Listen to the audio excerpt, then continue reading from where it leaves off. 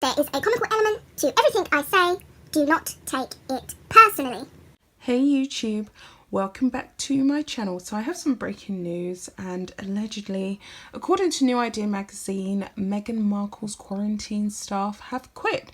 So she's found herself desperately scrambling for another caretaker, it seems, on the grounds of the mansion that her and Harry are renting in Malibu, California, and this is allegedly due to Meghan Markle's rude, disrespectful attitude. It doesn't really surprise me, to be honest, considering a lot of reports surfaced a few days ago regarding Meghan Markle's attitude in 2015 before she even married Harry. So I was reading this publication, a UK publication, that claimed that a former photographer who actually worked for Meghan Markle and found that she was very high maintenance and very aggressive and very rude. So it says here, a former photographer who worked with her while she was starring on Suits said that she was very rude and insisted that her feet were not photographed. So apparently Meghan has this thing regarding her feet, and she's very self-conscious about her feet. She doesn't like her feet, and we actually noticed this during her time as a senior royal in the royal family, that she always wore closed-toe shoes as much as possible. And then everyone saw when she done that royal tour, a senior royal engagement, that when she had to remove her shoes, and I'll actually post a picture here, she was very camera shy and trying to disguise her feet. Now, I believe it's called Morton's toe, so her second toe is a lot more extended than her first toe, and allegedly she doesn't like this. And the photographers that she worked with while she was working on Suits actually said that she hired them to take some professional photos, which have recently surfaced all over the internet, of her on set for a new lifestyle blog, it seems. And she had a very mean girl kind of bullyish vibe about her. So his exact words were, she was very high maintenance and rude. He also shared that he felt intimidated and it was like something out of Mean Girls. He said that she rolled up with, it's believed to be a team of 12 people, and they were looking at other people and laughing, having fun amongst themselves. So he basically said that she was very hostile. She treated him like the help. She treated him like a servant, like a slave. And apparently she acted as though she was an A-lister. When she initially turned up on the photo shoot set, she had a cap on. She had her head really low. Like she didn't want anybody to approach her or run up to her except the clique that she showed up with.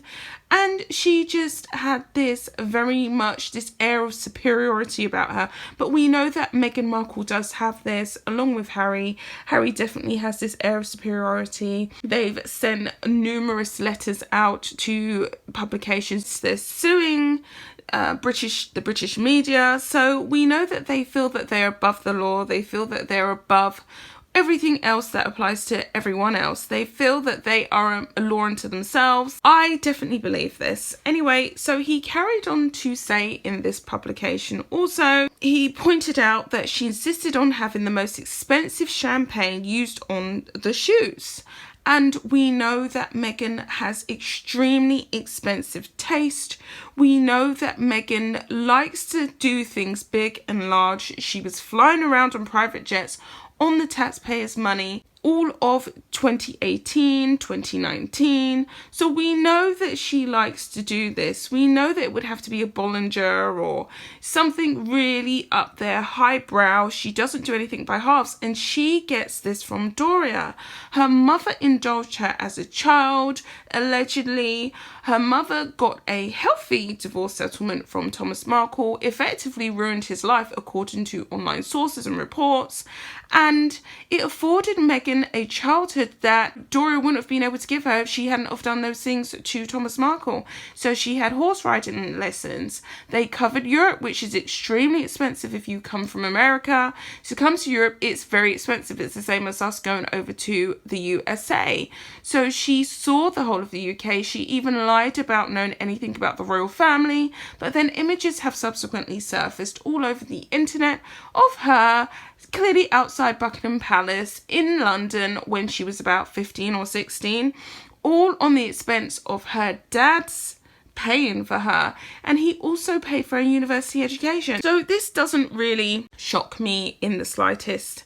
And he also said she demanded she be given full approval over all of the footage and acted like she was a superstar. And then he carries on to say, on a shoot in 2015, the photographer said that Tommy Mendez, who was the lifestyle photographer who took shots in 2015, says she was very intense and she turned up with a large group of people, 12 strong entourage, and seemed like a woman on a mission. And Meghan does have this look about her. She has a very calculated persona when she's actually on camera. She looks determined. She has a ventriloquist smile across her face, and she does have a calculated, conniving type-esque smirk on her face. He then carried on to say that allegedly she is a lot of work. She's a very demanding client, one of the most demanding clients that he had ever experienced.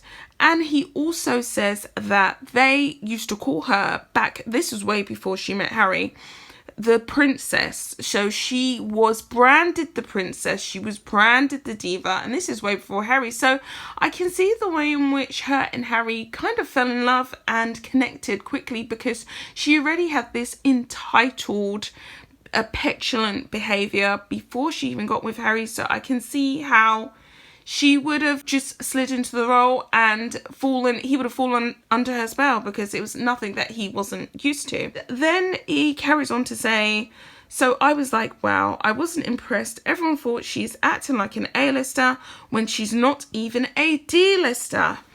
And then he carries on to say, but it was kind of like a caricature of someone playing the superstar, you know, because a real superstar generally, unless it's a super bad day, they will play it naturally and be generous with their presence. And I do think that he's telling the truth.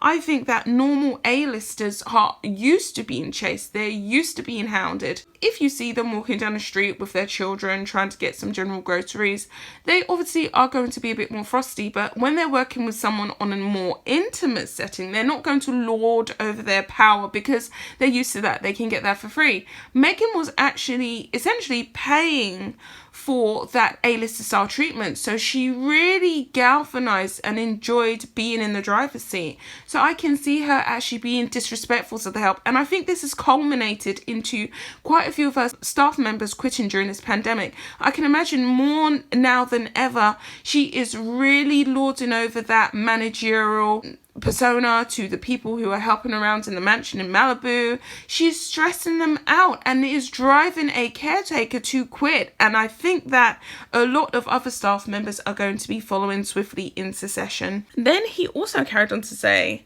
the girl was really easy to shoot. Once you say action, she knows how to do a job, but after the camera stops, she's not the most friendly person. And you do see that. You see that calculatedness about her when she was attending her final senior royal engagements. It was very forced. It was very fake. She was hugging only certain types of people, not going into details. And she had that calculated smile, and no one smiles like that. No one just smiles 24 hours when nothing's happening. She smiles all the time. So I can imagine someone like that is always on cue, is always ready to get that perfect shot. That's what she's about. She doesn't want any nasty shots of her popping up.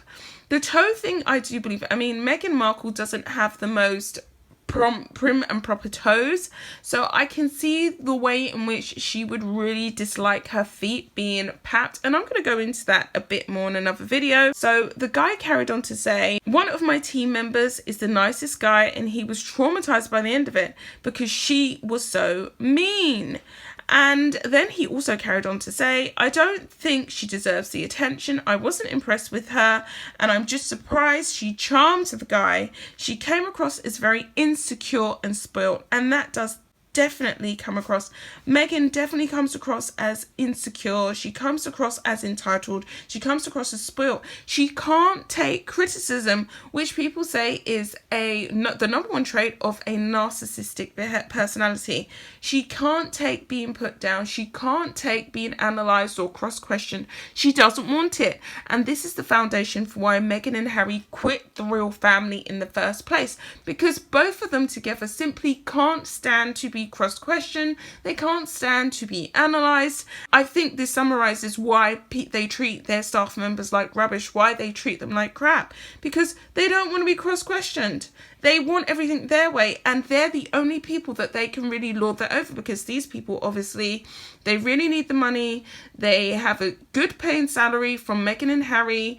Right now, work is thin on the ground, so I think they have been taking this power and control to the next level. Meghan and Harry are going to end up washing their own dishes in quarantine. They're going to end up having to take the bin out, get their own groceries. I can see it all happening now because people are just not going to take this.